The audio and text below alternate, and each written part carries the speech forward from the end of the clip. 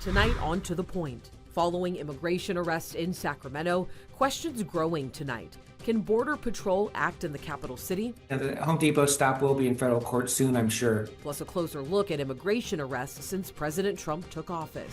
Tonight, a former CHP officer is accused of killings across the state. What we know about his wife and a CrossFit instructor in Stockton. Wildfires leaving behind burned homes and a big cleanup operation. The efforts to turn it into a win for the environment. And we hit the back roads. The only place you can find it is right here. In a hunt for gems in sandy soils in Central California. Folks, there is no such thing as a sanctuary city. There's no such thing as a sanctuary state. We are here conducting this Title VIII mission. We've already arrested at least 8 individuals for being in this country illegally, one of whom is an aggravated felon. We've got your backs, whether it's here in Sacramento or nationwide. We're here and we're not going anywhere. Thank you so much for joining us on To The Point. I'm Alex Bell, and that was the message from Chief U.S. Border Patrol Agent Gregory Bovino on social media, commenting on yesterday's Border Patrol operation right here in Sacramento County. Now, according to the Department of Homeland Security, Border Patrol officers arrested at least 11 people who were believed to be in the country illegally, some in a Home Depot parking lot. U.S. Border Patrol now says 3 of the 11 people arrested had a prior felony conviction, including one for child molestation. But many Democratic lawmakers have been asking about the legality of yesterday's actions. I want to bring in ABC 10's Becca Habegger, who spoke with experts today and joins us live in studio to discuss a little bit more. Yeah, you know, Alex, that Home Depot is some 500 miles from the U.S.-Mexico border. So how does Border Patrol have jurisdiction here? Well, that's the question I set out to answer. Hey! Leave him alone! You can hear Andrea Castillo behind the camera watching as Border Patrol officers arrest her husband. What are you guys doing? He's a U.S. citizen. They grab him. They throw him in an unmarked minivan. ABC 10 has learned her husband is indeed a U.S. citizen and has since been released by federal officials. But Border Patrol said Friday 11 people are still in custody after Thursday's series of arrests. So what do we know? Well, DHS said in a news release Thursday, Customs and Border Protection officers arrested numerous illegal aliens, including a dangerous serial drug abuser and dealer with 67 charges during a July 17th operation in Sacramento, California. As for jurisdiction, CBP's website says the Immigration and Nationality Act and Title VIII of the Code of Federal Regulations states that immigration officers without a warrant may, within a reasonable distance from any external boundary of the United States, board and search for non-citizens in any vessel within the territorial waters of the United States and any railcar, aircraft, conveyance, or vehicle. Title VIII defines reasonable distance as 100 air miles from the border. The American Civil Liberties Union says these external boundaries include international land borders, but also the entire U.S. coastline. This map shows 100 miles from all external boundaries of the U.S. You can see much of California lies within that boundary, including Sacramento, and some entire states, including Florida. But I still had questions, so I turned to Kevin Johnson, professor of law and former dean at the UC Davis School of Law, who says The power of government at the border is at its highest, and that's because there's worry about people entering unlawfully, people bringing things they're not supposed to be bringing to the United States. federal law talks about searching boats, rail cars, aircraft, and vehicles. What about Border Patrol arresting people walking in a parking lot or people who are inside a home?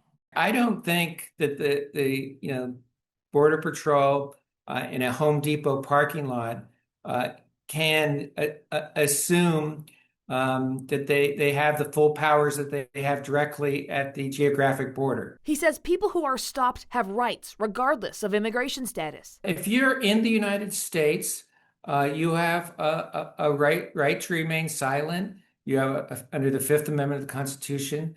You have a right against unreasonable searches and seizures under the Fourth Amendment of the Constitution. You have a right to due process before you're removed from the United States. Neither the Sacramento County Sheriff's Office nor Sacramento Police assisted the federal officers in their arrests, citing SB 54. That's often referred to as the sanctuary state law. It restricts local and state law enforcement from using resources for federal civil immigration enforcement and limits cooperation with federal immigration authorities. Alex? All right, Becca, thank you. And immigration arrests are up significantly since President Donald Trump took office back in January. These numbers were reported in the New York Times from the UC Berkeley Law Deportation Data Project. It shows Texas, Florida, and California have the largest number of arrests since President Trump took office. In California, the average daily rate of arrest was up 123% compared to 2024. The New York Times reports that the numbers amount to about 41 people being arrested every day. According to the Los Angeles Times, the Trump administration has zeroed in on Los Angeles as ground zero for its mass deportation campaign. In an LA Times analysis of those arrested on the street, about 75% had no criminal convictions and 62% had no convictions or pending charges. Now, we have shown you the videos and protests at those raids. Many actions that we've seen in Southern California are now part of a court battle. Last Friday, a judge temporarily blocked agents from using racial profiling to carry out arrests. The order is being challenged by the Trump administration. This lawsuit only impacts Southern California. Well, tonight, police are investigating a cross-state crime that left 2 people dead and 1 in critical condition. Thursday morning, officers were called to a home in Garden Grove, just blocks away from Disneyland. Inside, 37-year-old Crystal Gonzalez was found dead, and they believe her husband, former CHP officer Miguel Lopez Quen, shot and killed her. He was spotted early Thursday leaving the scene. Lopez Quen was later found dead in Stockton after a 54-year-old man was shot at a CrossFit gym on 8 Mile Road, where he was shot and killed. They believe Lopez Quen was responsible for that shooting before turning the gun on himself. Lopez Quen, his wife, and the 2 kids, they all lived in Lodi. Officials are asking anyone with information to contact Stockton or Garden Grove police. Next on To the Point, a sunken ship is causing an environmental hazard. A look at today's cleanup efforts. Plus, Congress passes more spending cuts. A closer look at who will be affected this time. A very seasonal weekend with highs in the low to middle 90s, but then I've got more 80s to start next week, and I've got the forecast after the break. But first, another headlines. A parole officer shot and killed in Oakland was brought to a funeral home in Citrus Heights this afternoon. The CHP says 40-year-old Joshua Bird was killed Thursday inside the adult parole operations building. They say 48-year-old Brian Hall of Oakland, who just got out of jail a week and a half ago, was arrested in connection with the shooting. A deadly explosion killed at least 3 Los Angeles County deputies just this morning. It happened at a sheriff's department training facility that is believed to house the department's bomb squad. Law enforcement sources say the deputies were moving an explosive when the blast happened. And millions of Americans are in the path of severe storms today, and heavy rains could have a big impact throughout the entire weekend. In Indiana, an RV was swept away as severe thunderstorms slammed parts of the state. Luckily, no one was inside at the time. Torrents of mud flowed through parts of New Mexico after rainfall rates of up to 2 inches an hour. And along the Gulf Coast, millions are at risk for dangerous flash flooding as a tropical disturbance brings heavy rounds of rain and life-threatening rip currents. Well, the U.S. Coast Guard arrived in Stockton today to help remove a leaking ship from the Delta. And this is along 8 Mile Road. The 14-foot former Canadian Navy minesweeper sank in Potato Slough, causing pollution in the waterway. This is the 3rd large-scale removal operation in the same area in the past year. All right, let's get things over to meteorologist Brendan Minchef. It was pretty seasonal today, right? Seasonal. Today we had highs in the low 90s across much of the valley, and that's about where we're going to be tomorrow as well. Made it to 91 today in Sacramento, 92, Stockton 91, Modesto 95, in Marysville 80s in the foothills, 82 in South Lake Tahoe, and 82 in Truckee. 91 Roseville at the moment, 87 in Sacramento, 88 in Stockton, 90 in Modesto. So starting to see that cooling trend this evening, and we're going to have a nice delta breeze to go with it. So By the time we get towards sunset tonight, we're already going to be in the low 80s to almost 70 degrees, about 81 at 8 o'clock, 74 degrees by 9 o'clock, 70 at 10 o'clock, and 60s as we head deeper into the overnight period. We are going to start off a little chilly, though, on Saturday morning with highs in the middle 50s and a little bit of that onshore wind. I know chilly, this is chilly by July standards, right? Not necessarily once we get to the spring or fall, but certainly for the middle part of July to have morning temperatures in the mid 50s, yeah, you're probably going to want that light jacket with you.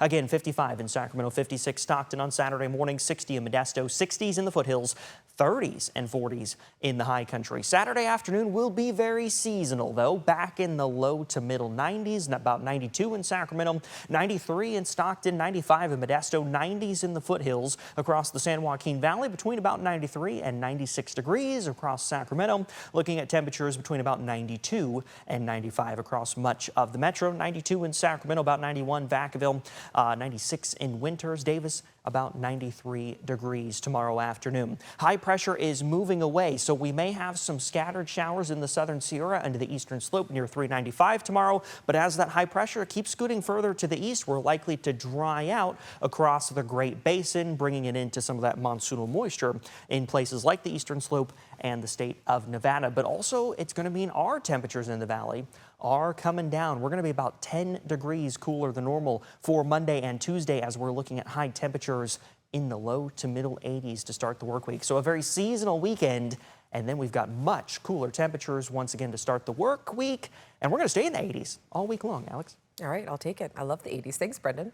All right, right after the break, the controversial plan to remove hundreds of trees along the American River. Will it move forward? We'll have the details. Plus, the Southern California wildfires left behind a path of destruction and a lot of debris. A look at the cleanup efforts. Welcome back. We want to make a correction in a story we reported earlier in the show. A 54-year-old man shot at a CrossFit gym on 8 Mile Road is in critical condition tonight. That man is fighting for his life after being shot just yesterday morning. And new tonight in the Esparto Fireworks warehouse explosion, the Yolo County Board of Supervisors has asked the State Attorney General's office to join CAL FIRE in leading the investigation into the incident. The July 1st fire killed 7 people. The supervisor cited potential conflicts of interest in the investigation as 2 Yolo County Sheriff's Office employees are owners of the property. Make sure you stay with ABC 10 for updates in that case. And an update to a story we brought to you yesterday about a project to remove hundreds of trees along the American River. Today, the Central Valley Flood Protection Board voted unanimously to allow the Army Corps of Engineers to move forward with this project. Neighbors living in Sacramento's La Riviera neighborhood have been fighting against the tree removals. Some of them showed up to today's meeting to speak out against the plan. The project aims to protect the levee from erosion in the event of a flood. Construction could begin near Larchmont Park as soon as next summer and last for at least 2 summers. Back in January, the Palisades and Eaton fires burned entire neighborhoods and left behind a ton of debris from fire-damaged homes. Now there are large operations to recycle concrete and steel from those homes. Thousands of tons of materials are washed where they are collected, loaded onto trucks, and sent to temporary sites run by the Army Corps of Engineers to begin the recycling process. When the Army Corps of Engineers does a large debris removal contract, this is one of the stipulations in it, is that anything that can be recycled gets recycled and reintroduced back into the supply chain, which I think is really great. It's great for the community, and it's really great for the environment overall. Between the Palisades and the Eaton fire, this is the largest wildfire debris cleanup operation in the 250 years that the Corps of Engineers has been around.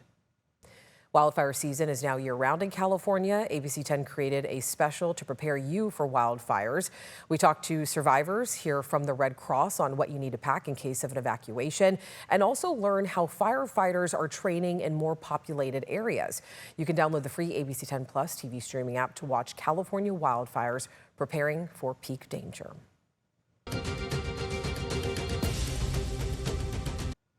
In your price points tonight, the Republican-led House cleared legislation that rescinds about $9 billion from the federal budget, including money for foreign aid and public broadcasting. Karen Kafer reports from Washington tonight.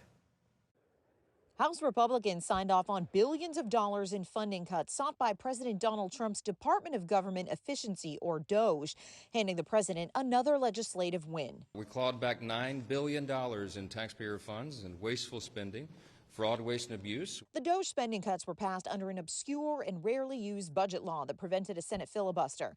And they canceled $9 billion in federal funding that was previously approved by Congress.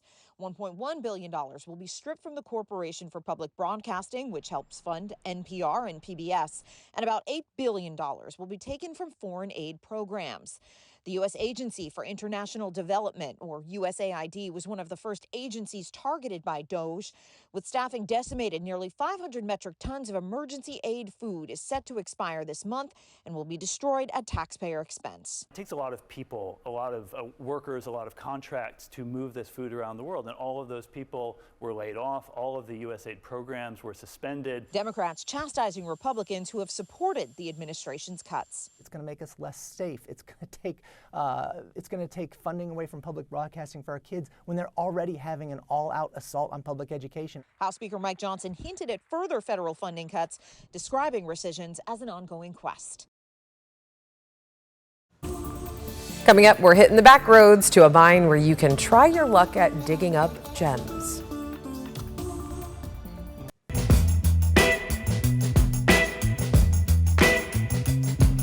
Well, you never know what you'll see on the back roads. Tonight, John Bartel takes us to San Benito County to mine for one of the rarest gemstones on Earth. In 1907, as oil was being pulled out of the sandy soils of Coalinga, California, a prospector by the name of James Marshall Couch ventured into the San Benito Mountains to investigate a strange geological outcrop that was littered with tiny blue rocks. When they originally found it, they thought it was sapphire. But later that year, they gave it to a professor at Berkeley. His name was Dr. George Louderback, and he had discovered it was a brand new species that had never been discovered before. That new species would later be named bonitoite, one of the rarest gemstones on Earth. The only place you can find it is right here.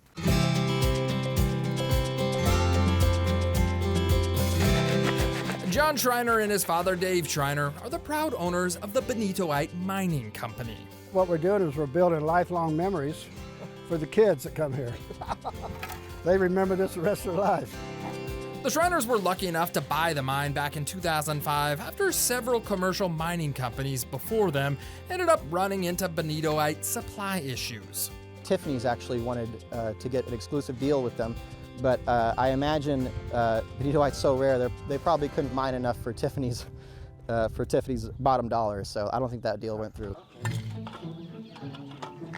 Instead of commercially mining and selling the gemstones, the Shriners opened up the bonitoite mine to the public and now operate it much like a you-pick apple orchard. Bonitoite is a small hexagonal-shaped gemstone named after the San Benito Mountains, which were uniquely formed by high-pressure movement of the Earth's convergent plates colliding over millions of years. That area is from a hydrothermal vent, similar to the way diamonds are formed. Because of its rarity, bonitoite was actually named the California State Gemstone back in 1985. But if you want to find one of these gemstones, be warned. It's a labor and time-intensive process. Yeah. It's kind of a dirty job. It's a very dirty job. Yeah. As a guest at the bonitoite mine, you're provided with all the tools you'll need, including a shovel, sifting box, and wash trays to help you locate a potential gem. Gonna start throwing these out. I know there's not gonna be nothing on those. Like a process of elimination here. That's right. Okay. That's right. Process of elimination. One of the unique aspects about bonitoite is that it glows under UV black lights. Yeah, that light literally does just make it pop. Mm-hmm. Yep, there they are. Woo! Odds are pretty good that you will find a bonitoite specimen at the mine, but there's no guarantee that you will find a gemstone that's actually worth anything. Right now, for a flawless, has to be completely flawless, 1 carat, you're looking between $8,000 and $10,000. Wow. Yep. Compare that maybe to like a diamond. Is that? I think the diamond, I'm not sure of the diamond market right now. I think they're around 4K. Just in case you're wondering, yes, if you pay your entry fee into the mine, you get to keep whatever gemstones you find, and large benitoite gems do exist. Back in 2007, a 34.7 carat benitoite gem was found right here, and later faceted into 4 cut gemstones worth thousands. Do you ever regret then, like if someone finds a really big stuff? I don't regret. I'm glad to see it. Well, you may not be able to retire after finding ultra-rare benitoite gems, but you will walk away with an ultra-rare experience you can only get in the San Benito Mountains.